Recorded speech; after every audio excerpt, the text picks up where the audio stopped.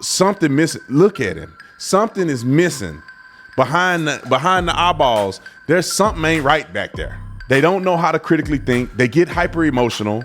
They're weirdos. Trump has every right to loathe his enemies. They tried to put him in jail for the rest of his life. They tried to bankrupt him. They tried to put his family in jail. And they tried to... Let's get to Megyn Kelly real quick, because I think the campus tours have started again. You know, thank God that obviously we have to do it indoors because people like this, and not him, but people with this ideology, idiots who literally have something missing. Look at him. Something is missing behind the eyeballs. There's something ain't right back there. They don't know how to critically think. They get hyper emotional. They're weirdos, okay? Because weirdos exist. Conservatives can't do an event outside because we have to have extra protection. Name a leftist that was on campus speaking and got hurt by a Republican. These losers would be doing events and nobody walked by the event. When I go to campus, we have the Turning Point tent set up and everybody's protesting and screaming and cussing. They got their little non-binary tents posted up. The We Stand Gays for Palestine. They got all that set up and nobody even look at their tent.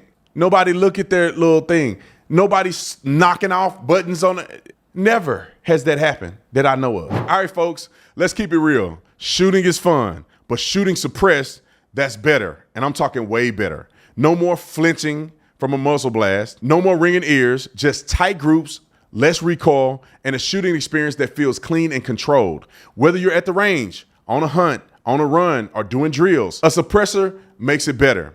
Now, I know that some of y'all think that getting a suppressor is a mess of red tape. Not with Silencer Shop.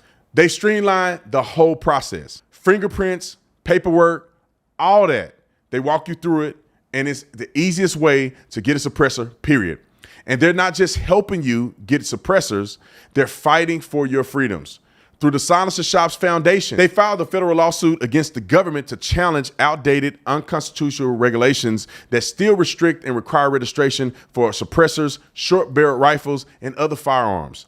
This lawsuit aims to strike down 91 years of federal overreach and restore your constitutional rights. So if you're ready to shoot smarter, hunt quieter, and protect what matters, all you gotta do, brother, is go to www.silencershop.com. All right, let's get to Megyn Kelly because she did an incredible job. Shout out to Megyn Kelly for even being brave enough to do this in the climate that we live in. Roll the clip.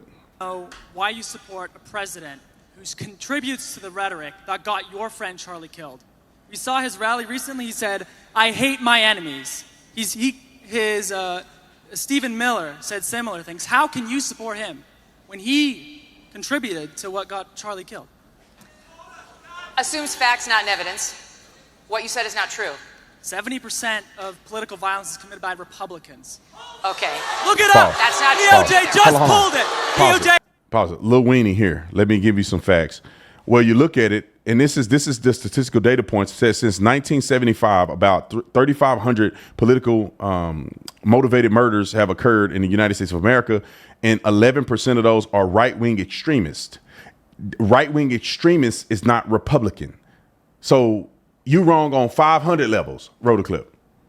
The DOJ just pulled it from their website. DOJ just pulled the study from their website because they're delusional. That's not true because they just pulled it. Look it up. Once you pull pulled it from their website. Once you pull the crazies out of there, it is overwhelmingly left-wing violence. Google it. We have had every single person in the audience. Google it right now. You know, this is how we get here. So first of all, let me take on the first part of the premise of your question, that it was President Trump's rhetoric that led to an assassin killing our friend Charlie Kirk. That's a blatant lie. It's a defamatory blaspheme, and it's inappropriate in this setting. That's not what I said. We know. Yes, it is. No, I said he contributed to the political atmosphere. Well, then you have no point. Tension. Then your point is utterly empty. Contributing to the atmosphere. This guy was, no, let's just make clear. This guy was motivated by leftist ideology. We know it from the bullet casings. We know it from the Utah governor. We know it from his own mother. Yes, we do. Let's be really clear on that. Even if that's true, so then you're saying because, let's say this guy's a leftist, even if that's true, does that make it okay for the sitting president of the United States to incite violence against liberals? The President of the United States has not accepted violence against liberals. The President of the United States made a joke at the Charlie Kirk Memorial, which was funny and self-deprecating. It was on the heels of Erica Kirk saying she, in an extraordinary moment, forgave her husband's killer. He And let me finish. And then President Trump got up and making a joke playing off of what Erica said. He said, we disagree. I need to do better. Erica's going to try to convince me, but I'm in a different place. And that's completely normal for a politician to be thinking about his political fights. And by the way, Trump has every right to loathe his enemies. They tried to put him in jail for the rest of his life. They tried to bankrupt him. They tried to put his family in jail. And they tried to kill him. Criminal. Jack Okay, Smith. Wait. Okay, now you go. Thank you for your time. Dang, the girl behind him, I feel bad for her because his question was so crazy, she went crazy. I mean, God dang. Let's address this real quick because I do these debates all the time on campus. The way that you diffuse these people is that, and Charlie would do this really well, you don't need to answer a question that's that stupid. You ask them to expound upon what they're saying, and then they will say something stupider and it'll make them look bad. So when a person comes up and says his rhetoric, okay, give me an example. Give me an example of what you're talking about. Can you provide an example? And a lot of times they have not even thought of this. So they go, all right. You don't have an example. You just talking out your neck right now.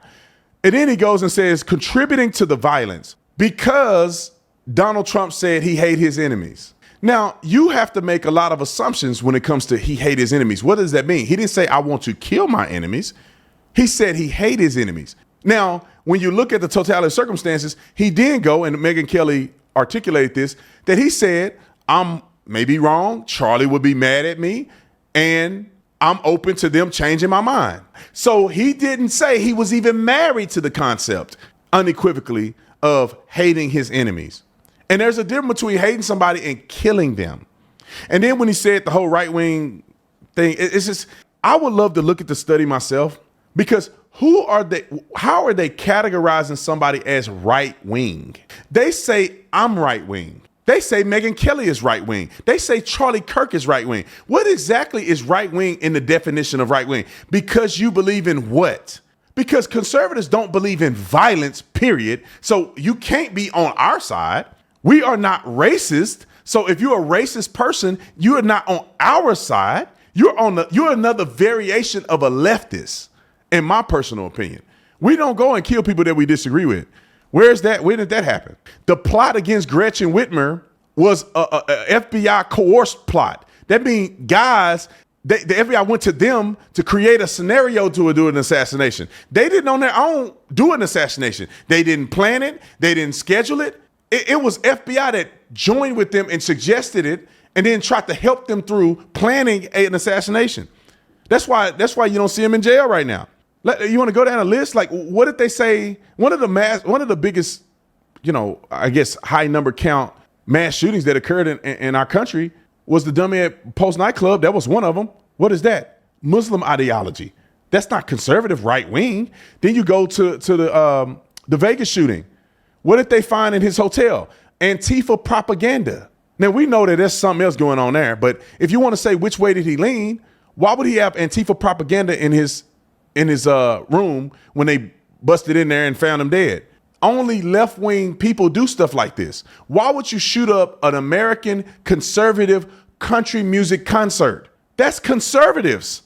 Our buddy who's the country music singer, Jason Aldean, he's conservative. So you're looking at a conservative country music artist with a pro-American event, and all country music is pro-American, drinking beer on a tailgate with neon lights.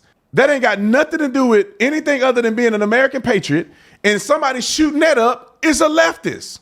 Then you go on and you go to who's next? I mean, you go to the guys that tried to shoot up the Republican baseball game, leftist. The guy tried to kill Steve Scalise. Well, he got shot in that, right? He got injured in that. Steve Scalise got injured in that. And then you go to Donald Trump, a leftist nut job. Charlie Kirk, a leftist nut job. Us getting attacked on campus, leftist nut jobs. And Donald Trump's second assassination attempt, a leftist lunatic.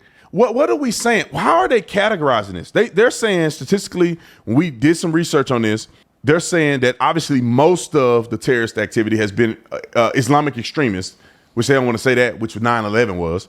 And then you go on and they say 391 murders since 1975 was right-wing extremists. And then they go through and it says left-wing extremists was 10%. I just have a question of how are they picking who's who? And I would argue that anybody that they don't agree with, they automatically call them right wing. David Duke, who was condemned by Donald Trump, who has no place on the right, and I don't think he's right wing. He is another faction of this leftist isolationist theology. This is exactly what they believe in. They believe in isolationism. And when I say isolationism, it's similar how the Ku Klux Klan operated, which was the Democrat Party's ideology. Isolationists in their terms is anybody that don't think like us should be outside of our group. That's isolationist thinking. That's the same as KKK and racists. They believe that their group should be their group and everybody outside their group is bad and wrong. That's not a Republican or right-wing talking point. Now, shout out to Megyn Kelly for doing that because as a woman, I'm pretty sure she has some bodyguards back there that will smoke you like a blunt.